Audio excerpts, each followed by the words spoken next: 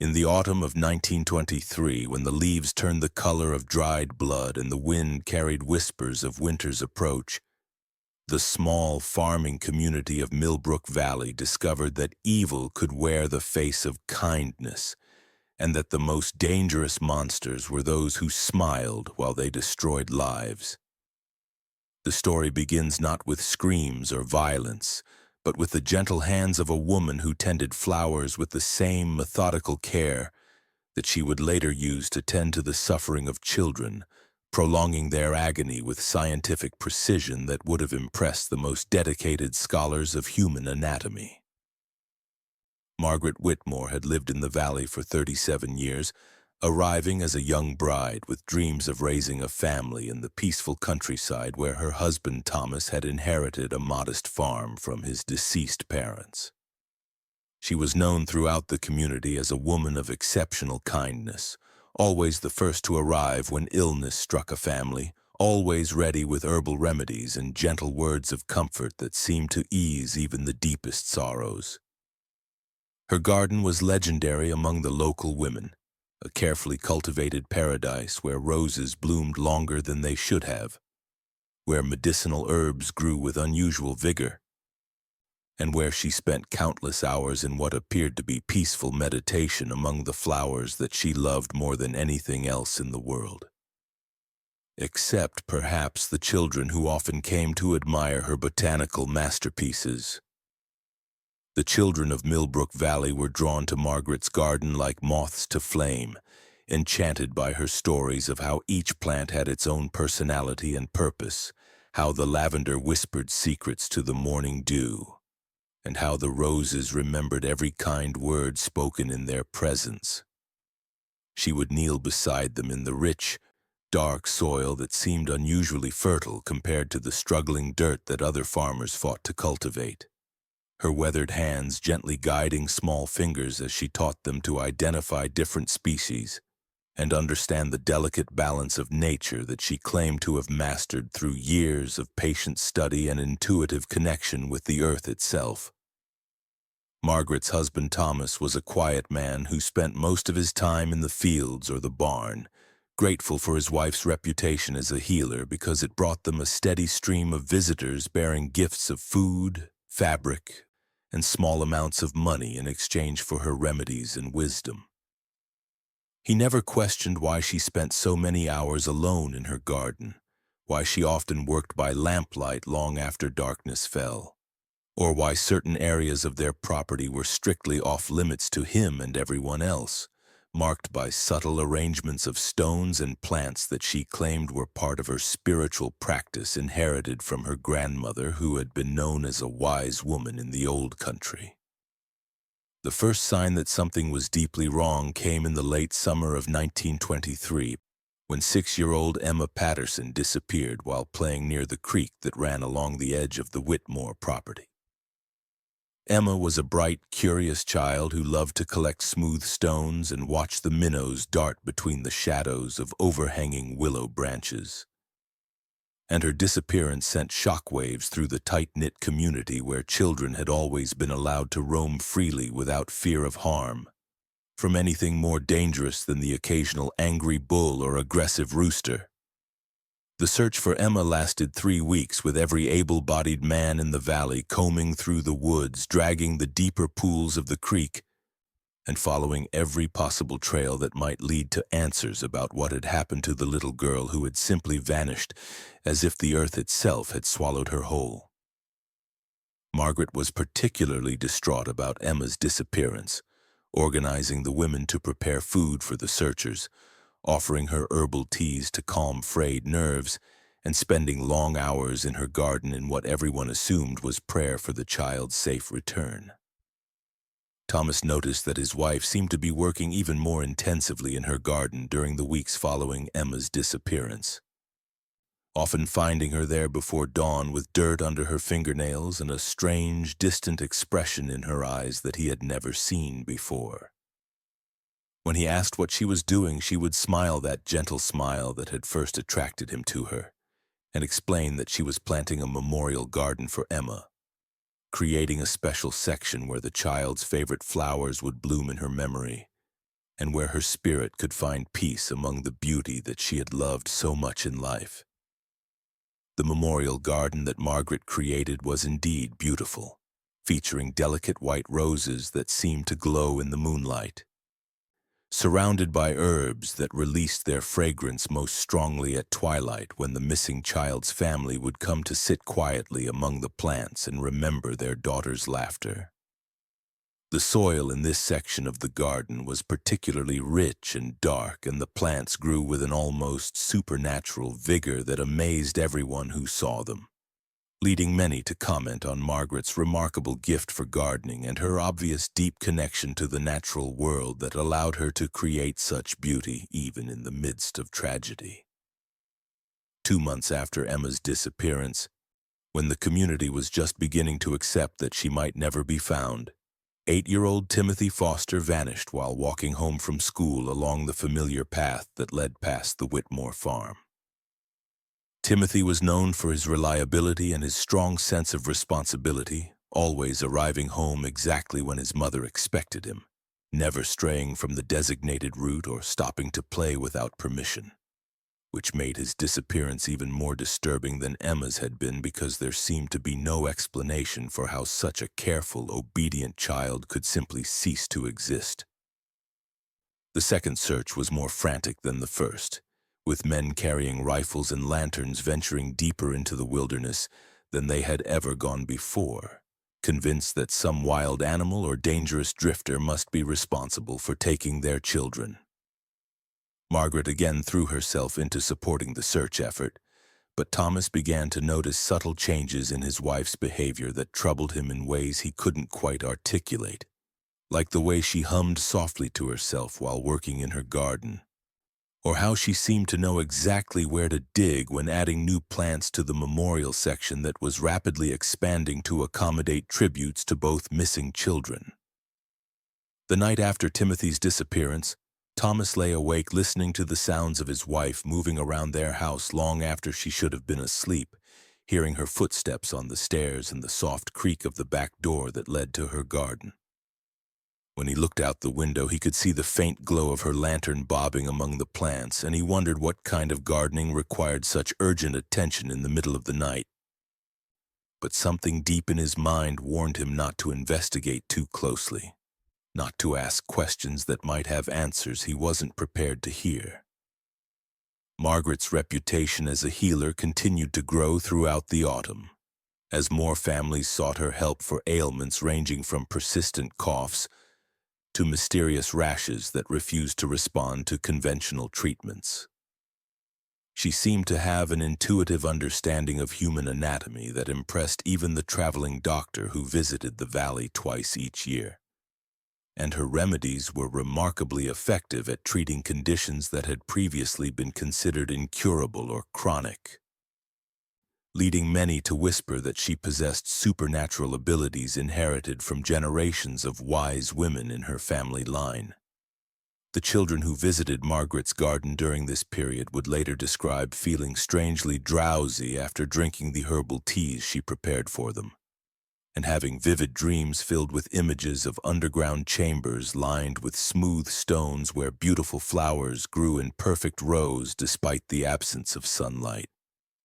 Some children reported waking up with small scratches on their arms or legs that they couldn't remember getting, and others mentioned feeling confused about how much time had passed during their visits to the garden, as if hours had somehow compressed into minutes or expanded beyond normal measure. Thomas began to pay closer attention to his wife's activities after discovering that she had been purchasing unusual supplies from traveling merchants, including large quantities of lime, several sets of sharp gardening tools that seemed unnecessarily elaborate for normal plant care, and thick leather gloves that she claimed were necessary for handling certain toxic plants that required special precautions. When he asked to see these dangerous plants, she would lead him to a section of the garden that was enclosed by a low stone wall, pointing out various specimens that looked perfectly ordinary to his untrained eye, but which she insisted could cause severe illness or even death if handled improperly. The restricted section of Margaret's garden was off limits to everyone except herself, and she had trained climbing roses to grow over the stone walls in a way that made it impossible to see inside without actually entering through the single gate that she kept locked with a heavy iron key that never left her possession. The roses that covered these walls bloomed more magnificently than any others on the property, producing enormous crimson flowers with a fragrance so intense that it could be detected from several yards away, and petals so perfectly formed that they seemed almost artificial in their geometric precision and saturated color. Local children were naturally curious about the forbidden garden, but Margaret had a way of redirecting their attention that was so subtle and gentle that they never felt as though they were being denied access to something interesting. Instead, she would engage them in elaborate games that involved searching for specific types of leaves or flowers in the accessible areas of her garden, creating treasure hunts that kept them occupied for hours while she worked alone in the restricted section, occasionally emerging with dirt-stained clothing and that same distant expression that Thomas had begun to recognize and fear. The third disappearance occurred in early November when the first frost had killed most of the flowers except for Margaret's roses, which continued to bloom with defiant beauty despite the increasingly cold temperatures that should have forced them into dormancy. 9-year-old Sarah Mitchell vanished while collecting kindling in the woods near her family's cabin, leaving behind only a small pile of carefully gathered sticks and her favorite blue ribbon, which was found tied to a branch exactly at child height, as if someone had deliberately placed it there as a marker or message. Sarah's disappearance triggered a level of panic that the valley had never experienced before, with families keeping their children indoors after sunset and organizing armed patrols to guard the roads and paths that connected their scattered homes. The men of the community met in emergency sessions to discuss the possibility of wolves, bears, or human predators, while the women gathered in tight circles to share theories and fears in hushed voices that carried undertones of ancient superstitions about evil spirits and cursed ground that their grandmothers had brought from the old country. Margaret responded to the community's growing fear by intensifying her efforts to provide comfort and healing, opening her home to anyone who needed a safe place to gather and offering her herbal remedies to treat the anxiety and sleeplessness that were becoming epidemic among the adults. Her memorial garden expanded again to include a section dedicated to Sarah, featuring delicate purple flowers that she claimed represented the child's gentle spirit and would bloom every year on the anniversary of her disappearance, creating a permanent tribute that would ensure she was never forgotten by those who loved her. Thomas found himself watching his wife with increasing unease as the days grew shorter and the community's anguish deepened, noticing how she seemed energized rather than drained by the constant stream of visitors seeking her help, and how her eyes held a brightness that reminded him uncomfortably of the way cats looked when they had caught something small and helpless. Her garden work became even more intensive as winter approached, with her spending entire days in the restricted section, emerging only for meals that she ate quickly and in silence, as if her mind was focused entirely on projects that required her immediate return to the soil and plants that had become the center of her existence. The locked garden began to emit strange sounds during the late night hours, soft scraping noises that could have been tools against stone, or roots pushing through earth, or something else entirely that Thomas preferred not to identify or investigate. When he mentioned these sounds to Margaret, she explained that she was installing drainage systems and root barriers to protect her more delicate specimens from winter damage. Complex underground work that required careful timing, and could only be done during certain phases of the moon when the Earth's energy was properly aligned for such intensive cultivation projects. Margaret's knowledge of human anatomy became even more apparent as winter deepened and more community members sought her help for various ailments, with her demonstrating an uncanny ability to locate sources of pain and prescribe treatments that addressed not just symptoms, but underlying causes that conventional medicine had failed to identify. She seemed particularly skilled at treating children, able to calm even the most frightened and resistant young patients with gentle touches and soothing words that made them relax completely under her care, often falling into deep sleeps from which they would wake feeling refreshed but strangely unable to remember details of their treatment. The fourth disappearance shattered any remaining sense of safety in Millbrook Valley, when 10-year-old Michael Chen vanished from his own backyard while feeding chickens in broad daylight, with his mother working in the kitchen less than 50 feet away, and his father chopping wood within shouting distance. Michael simply evaporated between one moment and the next, leaving behind scattered grain and confused chickens, but no signs of struggle, no footprints, and no indication of which direction he might have gone or what force could have removed him so completely and silently from the heart of his family's daily routine. The search for Michael involved every adult in the valley and several groups of volunteers from neighboring communities, with bloodhounds brought in to follow scent trails that seemed to lead nowhere, and professional trackers who admitted that they had never encountered a case where someone could disappear so thoroughly without leaving any trace of their passage. The investigation expanded to include interviews with every resident, examination of every building and cave within a 20-mile radius, and even consultation with a specialist from the state police who had experience with missing persons cases, but found himself completely baffled by the complete absence of evidence. Margaret's response to Michael's disappearance was to create the most elaborate memorial section yet, featuring an intricate maze of pathways lined with evergreen shrubs that remained green throughout the winter. Designed so that visitors could walk through the pattern while contemplating the mystery of the missing children and finding some measure of peace in the careful symmetry of the plantings. The maze required extensive excavation and the installation of sophisticated drainage systems that she worked on tirelessly despite the frozen ground, somehow managing to keep the soil workable even when neighboring gardens were locked in ice. Thomas discovered that his wife had been corresponding with suppliers from distant cities, ordering specialized equipment including precision tools that seemed more appropriate for surgical procedures than gardening, along with chemicals and preservatives that she claimed were necessary for advanced botanical research into extending growing seasons and improving plant longevity. When packages arrived, she would carry them immediately to the locked garden, and he would hear her working with machinery that produced sounds unlike anything he associated with normal gardening activities, rhythmic mechanical noises that continued for hours at a time. The restricted section of Margaret's garden had grown significantly larger throughout the autumn, with the stone walls extended to enclose nearly an acre of land that was completely hidden from view by the climbing roses that now formed an impenetrable barrier 8 feet high and several feet thick. The roses themselves had become almost monstrous in their abundance,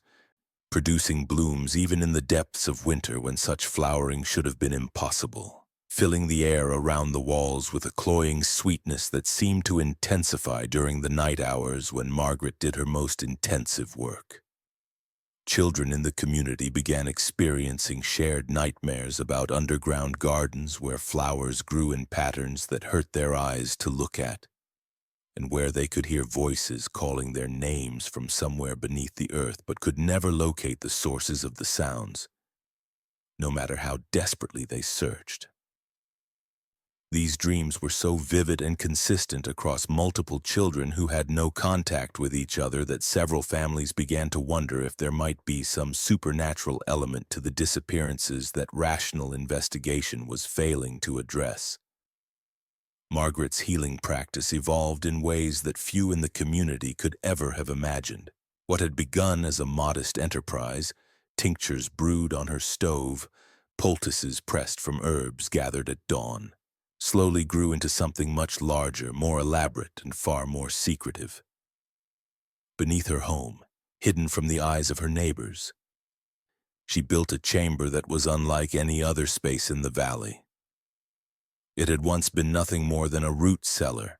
the kind every farm family maintained for winter storage of apples, potatoes, and jars of preserves. But Margaret had expanded it, reshaped it, and transformed it into the heart of her strange and growing practice.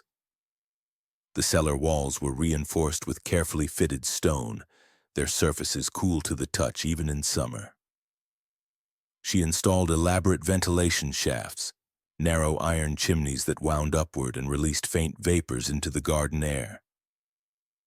Those who passed by in the evening sometimes smelled something sharp and bitter, like nettle steeped in vinegar or sweet rot clinging to the breeze, but no one questioned it aloud. On shelves that lined the room from floor to ceiling, Margaret kept hundreds of glass jars. Each was filled with some preserved specimen, plants sealed in brine, animal organs suspended in translucent fluid, pale roots twisted like veins, dried fungi resembling human ears. Other jars contained things less easily identified, cloudy liquids, tissues that seemed to shift slightly when the lamplight caught them. To Margaret, these were tools, not curiosities. She catalogued them carefully and drew upon them when preparing her most advanced remedies. It was in this chamber that she began to treat her patients in earnest. Those who descended the narrow wooden stairs spoke later of an air that felt different. Thick, damp, infused with smells both sweet and acrid. They described lying on cots Margaret had arranged between the stone walls, their bodies wrapped in cloth strips that she said helped regulate temperature and pulse. She would place poultices on their chests or pour drops of tincture beneath their tongues, whispering instructions in a voice so calm it felt hypnotic. Many claimed miraculous results. Pain that had troubled them for years vanished in a matter of hours. Weakness in their limbs was replaced with vitality. Chronic headaches, fevers, and joint afflictions seemed to dissolve. And yet these same patients confessed later to curious after-effects.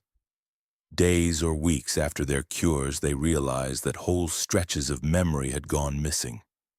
They could not recall details of their sessions, nor even the hours before and after. Some reported waking in their own beds without recollection of how they had returned home. They excused it as the strength of Margaret's medicines, powerful enough to alter not only the body but also the mind. The chamber was not an isolated vault. It connected to Margaret's expansive garden through a system of underground tunnels. She claimed this was necessary to protect her most sensitive botanical experiments from sudden changes in weather,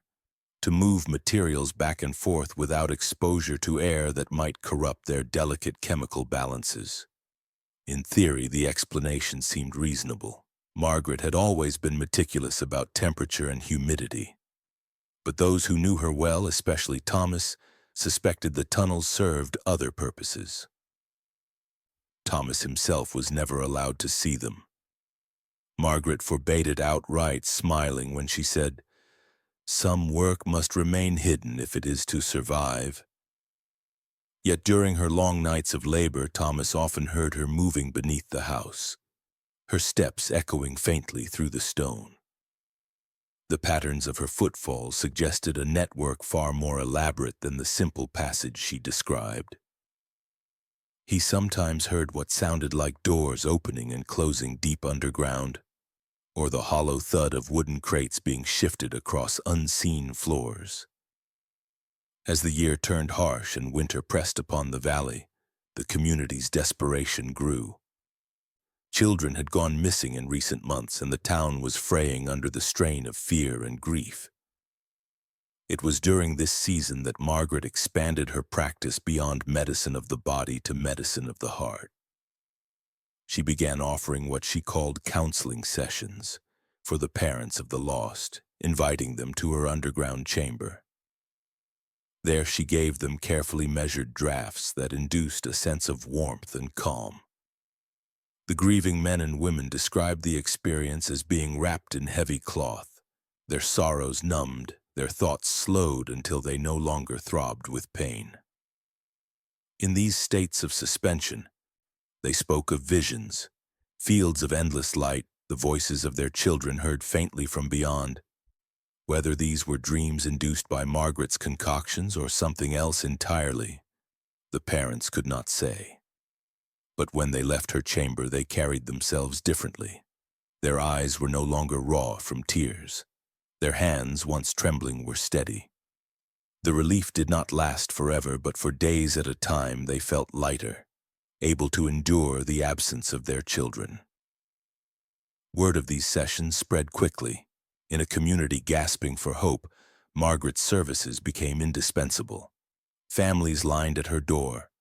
not only those already bereaved, but also those desperate to prevent tragedy from striking their own households. Mothers and fathers began bringing their remaining children to Margaret, pleading with her to administer protective treatments. They trusted that her reputation as a healer, her uncanny remedies might shield their loved ones from whatever force was stealing the valley's youth. Margaret did not turn them away. In her underground chamber, she placed these children on the same cots, fed them tinctures distilled from her secret jars, and whispered to them as they drifted into heavy, dreamless sleep. When they awoke, they described sensations of deep stillness as though their bodies had been bound in invisible cloth. Some reported faint humming in their ears, rhythmic like a metronome. Others remembered nothing at all. Neighbors watched as entire families emerged from Margaret's house calmer, quieter, subdued in ways that were both reassuring and unnerving. The missing children were never returned, yet faith in Margaret only deepened. It was easier to believe she was protecting them from unseen danger than to question what transpired below her floorboards. The cellar remained locked, its lamps burning long into the night, and the faint clink of glass jars echoed through the tunnels like a heartbeat pulsing in the earth. By the time the first thaw of spring loosened the valley's frozen soil, Margaret's underground practice had become something larger than healing. It was a sanctuary, a place where fear dissolved into silence. Families entrusted her not only with their ailments but with their very memories, surrendering pieces of themselves in exchange for the promise of safety. And while the valley above lived in dread, below ground Margaret's world thrived, expanding in shadows that only she truly understood. The preventive treatments involved complex rituals that Margaret performed with scientific precision,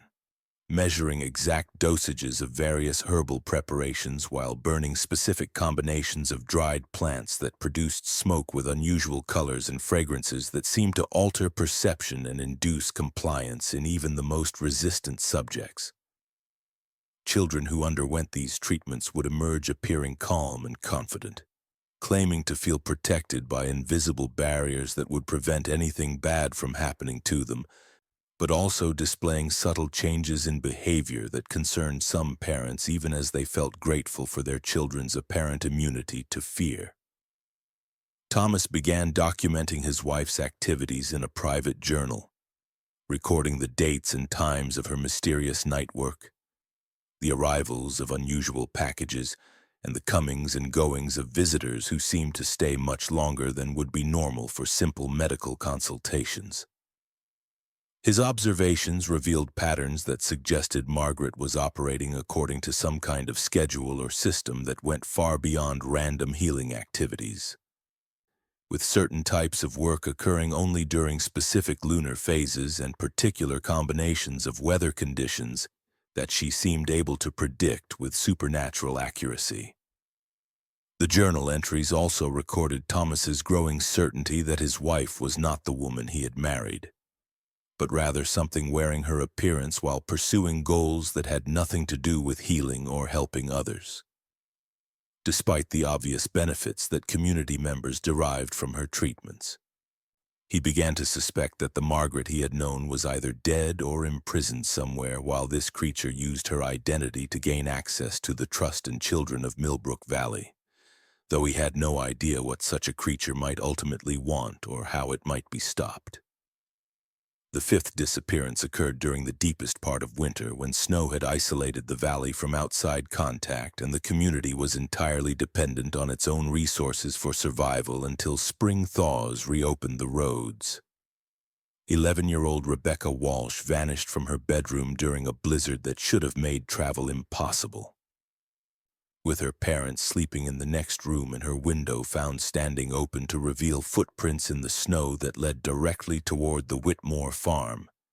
before disappearing completely at the edge of Margaret's property line. Rebecca's disappearance was different from the others because there were witnesses who saw lights moving through Margaret's garden during the storm,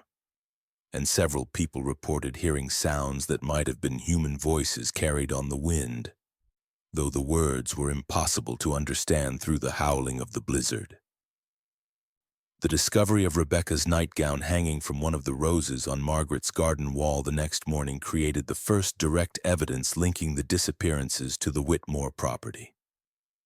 But Margaret's reputation as a healer made it difficult for anyone to seriously consider that she might be involved in harming children.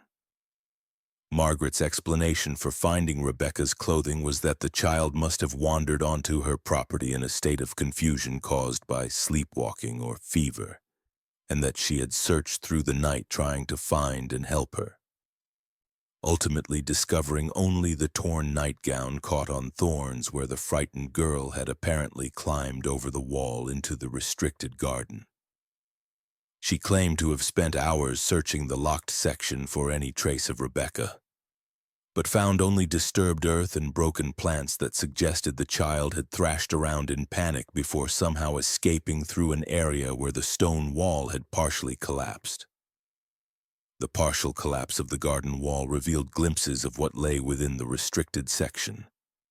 showing carefully cultivated plots arranged in geometric patterns around what appeared to be a series of stone-lined chambers or containers that were covered with metal gratings and surrounded by elaborate irrigation systems that kept the soil moist despite the frozen conditions.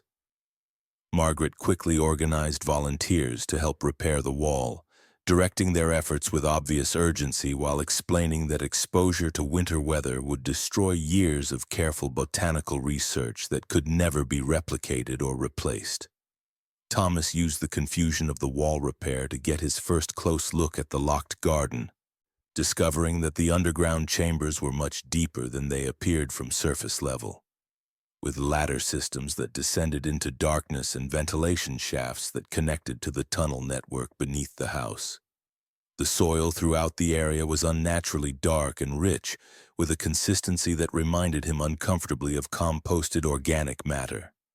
and the plants growing in careful rows displayed characteristics that seemed to combine features from multiple species in ways that violated everything he understood about natural botanical development. The geometric patterns of the garden plots formed symbols that Thomas didn't recognize but which triggered deep unease when he tried to study them directly, as if his mind was rejecting information that it couldn't safely process, and he found himself unable to maintain focus on the overall design, despite his desperate need to understand what his wife was creating in this hidden space. The metal gratings over the underground chambers were secured with locks similar to the one on the garden gate, but the brief glimpses he caught of what lay beneath suggested storage areas filled with carefully arranged objects that reflected light in ways that biological materials should not have been able to achieve. Margaret's behavior during the wall repair revealed aspects of her personality that Thomas had never seen before, including an authoritarian manner of giving orders and an obvious familiarity with construction techniques that she should never have had opportunity to learn. She directed the placement of each stone with precision that indicated detailed knowledge of engineering principles, and she produced tools and materials from hidden storage areas that contained equipment far more sophisticated than anything normally found on rural farms, suggesting that she had been preparing for this kind of emergency for much longer than anyone realized. The community's investigation into Rebecca's disappearance was hampered by the winter weather and the lack of outside law enforcement resources, but several men attempted to conduct informal questioning of Margaret about her activities on the night the child vanished. Her responses were consistent and plausible, delivered with the same gentle sincerity that had always characterized her interactions with neighbors. But Thomas noticed that she seemed to be reciting prepared answers rather than recalling actual memories, as if she had anticipated these questions and practiced her responses to ensure they would satisfy casual inquiry without revealing anything significant. Margaret's underground treatment chamber became even busier following Rebecca's disappearance, with more families seeking her services to protect their remaining children from whatever force was stalking the valley. The sessions grew longer and more elaborate, involving multiple stages of herbal preparation and ritual activity that Margaret claimed were necessary to address the supernatural elements that conventional medicine was unable to treat. And the children who underwent these extended treatments emerged displaying even more pronounced changes in behavior and perception than had been observed previously. The behavioral changes in treated children included heightened sensitivity to sounds and smells that other people couldn't detect, along with detailed knowledge about plants and gardening techniques that they claimed to have learned in dreams where Margaret taught them about the secret properties of various botanical specimens. Some children began speaking about underground places where flowers grew in darkness and where they could hear voices singing songs in languages that had never been spoken by human throats, but which conveyed meanings that bypassed rational thought and communicated directly with emotional centers of the brain. Thomas discovered that Margaret had been maintaining detailed records of her treatments and experiments, keeping journals written in a combination of English and symbols that resembled scientific notation, but included elements that didn't correspond to any recognized system of measurement or classification. The journals documented observations about human physiology and psychology that demonstrated knowledge far beyond what any rural healer should have possessed, including detailed anatomical drawings and chemical formulas that suggested advanced understanding of how various substances affected different organ systems and mental processes.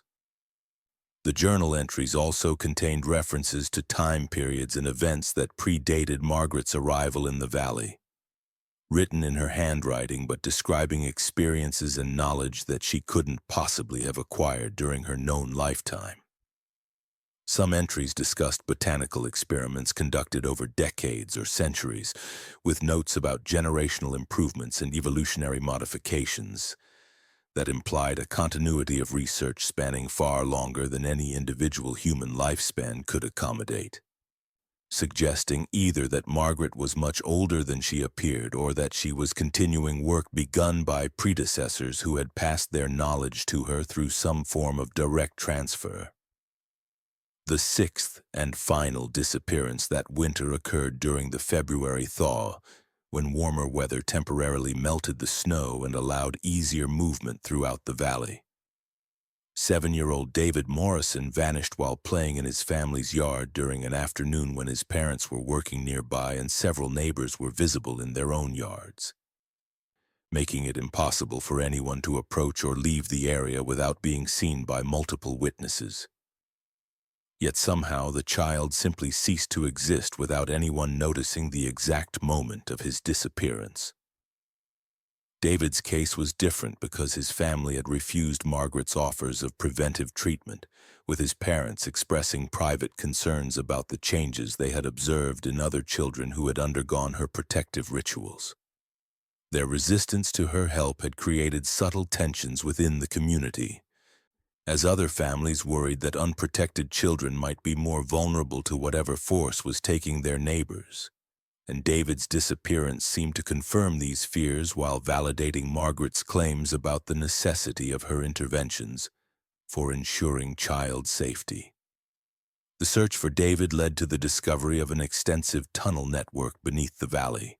with entrances hidden throughout the area but all connecting to the system that originated beneath Margaret's house and garden.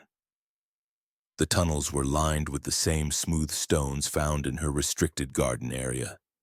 and they contained evidence of regular use, including oil lamps, tools, and storage areas filled with supplies that suggested long-term habitation by someone who moved freely through underground passages while remaining invisible to surface observation. Margaret's explanation for the tunnel system was that it represented an ancient network created by previous inhabitants of the valley, possibly indigenous peoples who had used the passages for shelter during harsh winters, or for spiritual practices that required isolation from surface activities. She claimed to have discovered the tunnels shortly after arriving in the valley, and to have gradually restored and expanded them for use in her botanical research, which required controlled environmental conditions that could only be achieved through underground cultivation methods that protected sensitive specimens from weather variations and external contamination. Thomas realized that his wife's involvement with the tunnel system was far more extensive than she had admitted. Finding evidence that she had been modifying and expanding the passages for years using construction techniques that would have required multiple assistants and specialized equipment that she had somehow acquired and transported without anyone in the community noticing. The scale of the underground development suggested a long-term project with goals that went far beyond simple gardening or healing activities, involving infrastructure that could support significant populations and complex operations that required careful coordination and precise timing. The breakthrough in understanding Margaret's true nature came when Thomas discovered her collection of preserved specimens in a hidden chamber deep within the tunnel network, where she had been maintaining what appeared to be a biological research facility, equipped with scientific instruments and storage systems that contained hundreds of samples, representing every stage of human development from birth to death. The specimens were arranged in careful sequences that demonstrated detailed knowledge of anatomy, physiology, and decomposition processes,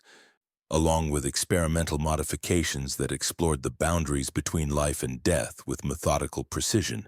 that revealed a mind capable of treating human suffering as mere data points in larger research programs.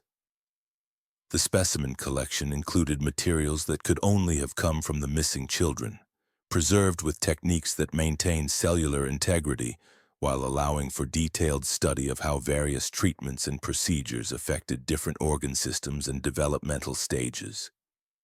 Margaret had been conducting systematic experiments designed to understand the mechanisms of growth, aging, and death,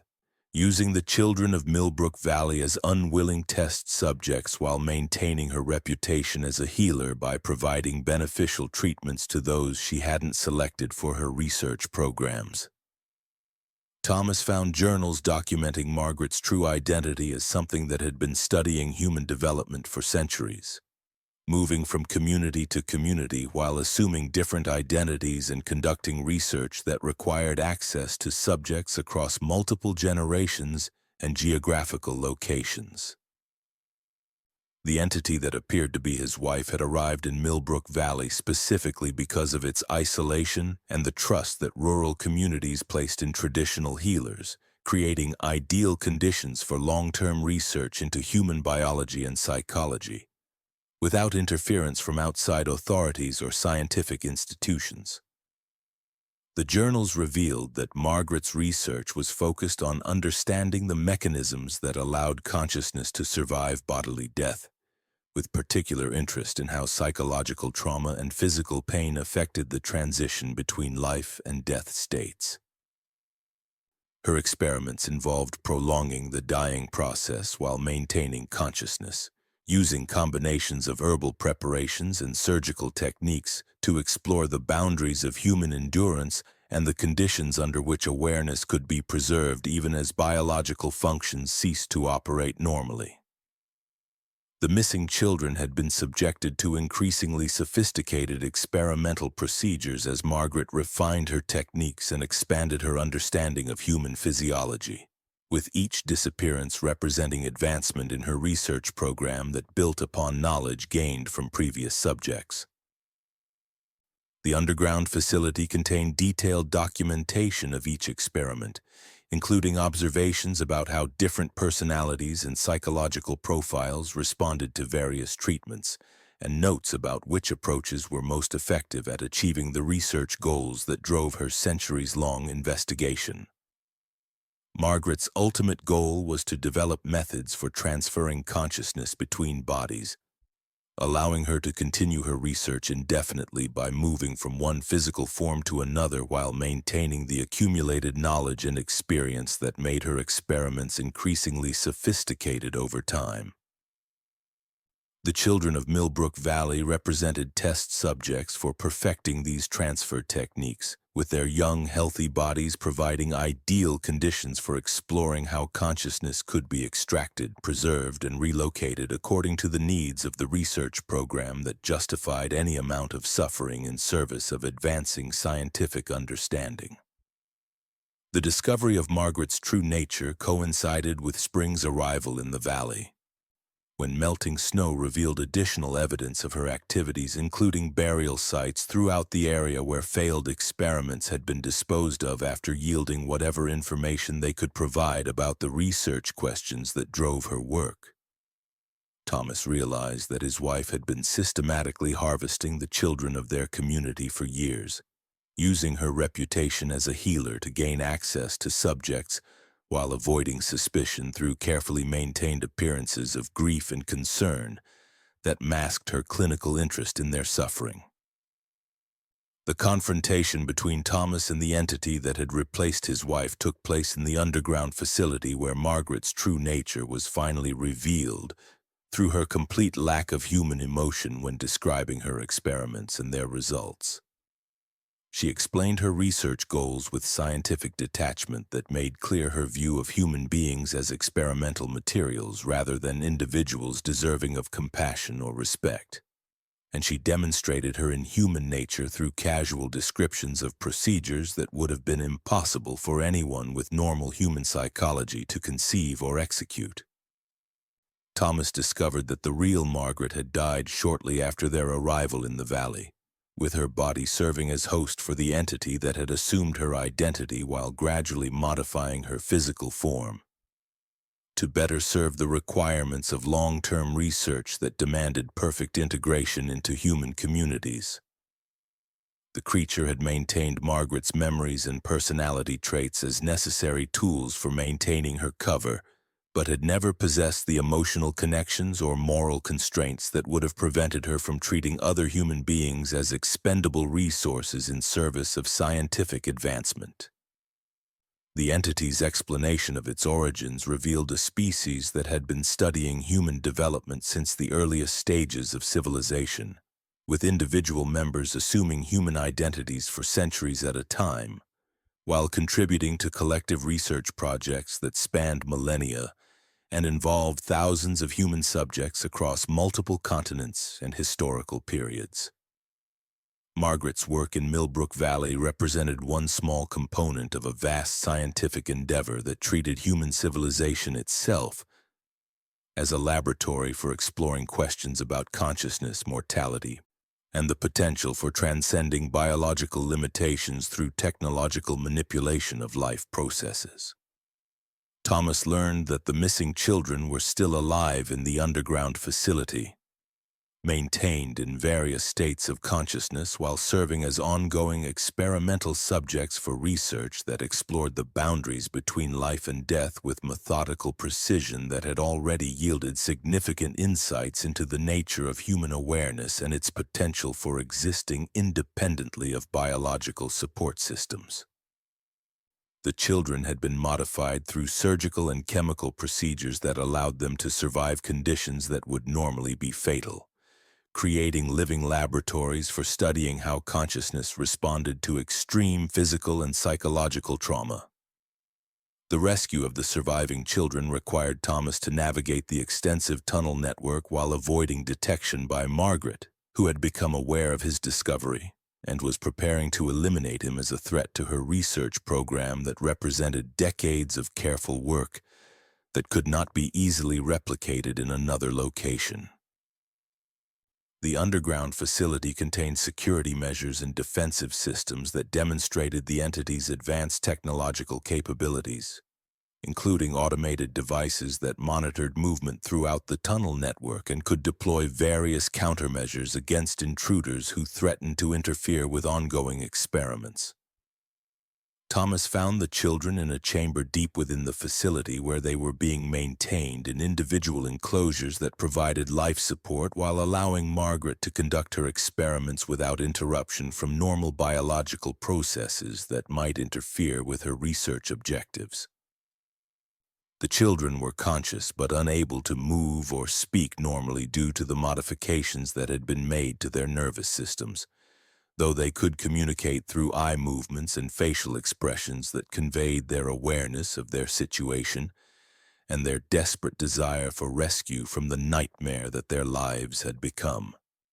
The evacuation of the children from the underground facility required careful planning and execution. As Margaret had designed the system with multiple safeguards intended to prevent unauthorized access to her research subjects and to ensure that evidence of her activities would be destroyed rather than discovered by outside authorities who might interfere with her scientific work. Thomas had to disable security systems and bypass locked barriers while carrying children who were too weak and traumatized to move independently, all while avoiding detection by an entity that possessed superhuman capabilities and complete knowledge of the facility's layout and defensive measures. The final confrontation with Margaret took place in her garden, where she had retreated when she realized that her cover had been compromised, and her research facility discovered by someone who could not be eliminated quietly without attracting unwanted attention from outside authorities. The entity revealed its true form during this confrontation, abandoning the human appearance it had maintained for decades and displaying physical characteristics that made clear its non-human origins and its complete lack of connection to human biology or psychology that might have provided some basis for negotiation or compromise. Margaret's true form was a composite of organic and mechanical elements that had been assembled over centuries of existence, with biological components harvested from various host species, integrated with technological systems that allowed her to maintain consciousness independently of any single physical form. The creature's ability to assume human appearance was achieved through sophisticated biological manipulation that could replicate human characteristics with perfect fidelity. But its underlying nature was revealed through capabilities and behaviors that no human could have possessed or exhibited under any circumstances.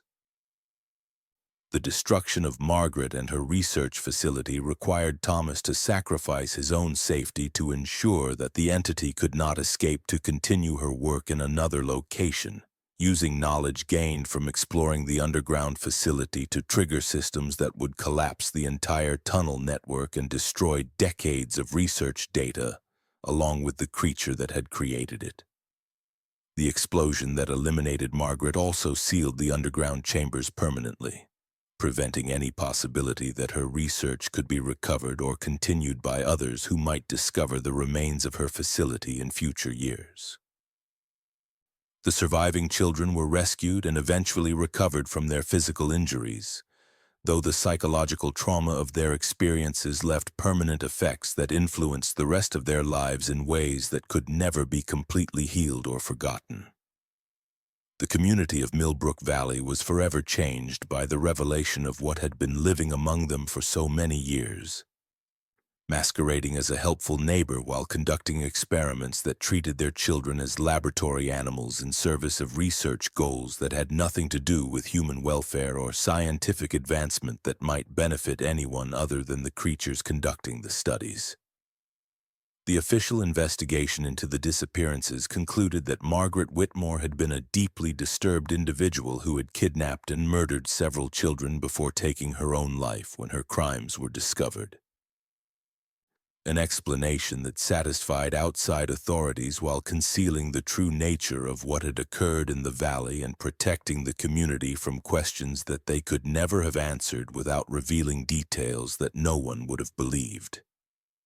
The Whitmore farm was abandoned and eventually reclaimed by the forest, with the garden area marked only by unusually vigorous plant growth that continued to bloom out of season for many years after the events that had revealed the dark secrets hidden beneath the appearance of pastoral innocence. The story of Margaret Whitmore became a cautionary tale passed down through generations of Millbrook Valley families, serving as a reminder that evil could wear any face and that the most dangerous monsters were those who appeared most trustworthy and helpful, using their reputation for kindness to gain access to victims who had no reason to suspect that their healer was actually their destroyer.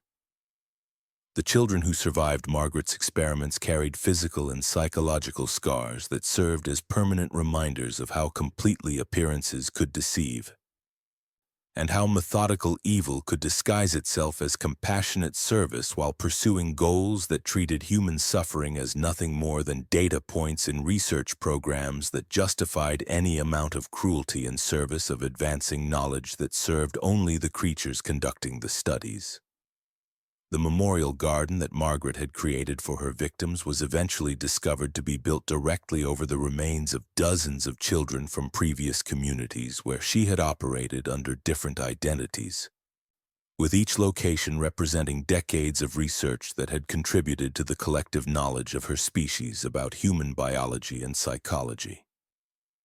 The entity that had assumed Margaret's identity was revealed to be only one member of a larger population of creatures that had been studying humanity for millennia, using their research to develop methods for exploiting human weaknesses and eventually replacing human civilization with systems that better served their own goals and objectives. Thomas spent the remainder of his life documenting what he had learned about Margaret's true nature and the threat posed by others like her,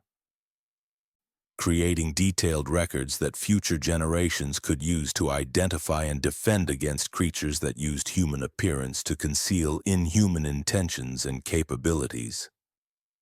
His warnings were preserved by the families of Millbrook Valley and shared with trusted individuals in neighboring communities, creating a network of knowledge that helped protect future children from falling victim to similar predators who might attempt to establish themselves in rural areas where their activities could continue undetected for years or decades. The legacy of Margaret Whitmore's crimes extended far beyond the immediate victims and their families, serving as evidence that humanity shared the world with intelligent species that viewed human beings as nothing more than experimental subjects or resources to be exploited for purposes that had nothing to do with human welfare or survival. The methodical nature of her research and the sophisticated technology found in her facility demonstrated that these creatures possessed capabilities that far exceeded human scientific achievement, raising disturbing questions about humanity's place in a larger cosmic context that included entities with goals and motivations completely alien to human understanding or moral frameworks. The children of Millbrook Valley learned to recognize signs of inhuman behavior that might indicate the presence of entities like Margaret, developing informal traditions and practices that helped them identify individuals who displayed characteristics that seemed slightly wrong or inconsistent with normal human psychology and emotional responses. These protective measures were passed down through generations as folk wisdom and community traditions that served to maintain awareness of dangers that official authorities were not equipped to recognize or address through conventional law enforcement or medical intervention. The transformation of Millbrook Valley from a peaceful farming community to a place marked by hidden horror served as a microcosm of larger truths about the nature of evil and its ability to infiltrate even the most innocent and trusting environments through patient manipulation of human kindness and compassion. Margaret's success in maintaining her cover for decades demonstrated how effectively methodical predators could exploit human psychological weaknesses and social structures, using their understanding of human nature to gain access to victims while avoiding detection by authorities or community members who lacked the knowledge necessary to recognize inhuman behavior disguised as human kindness and service.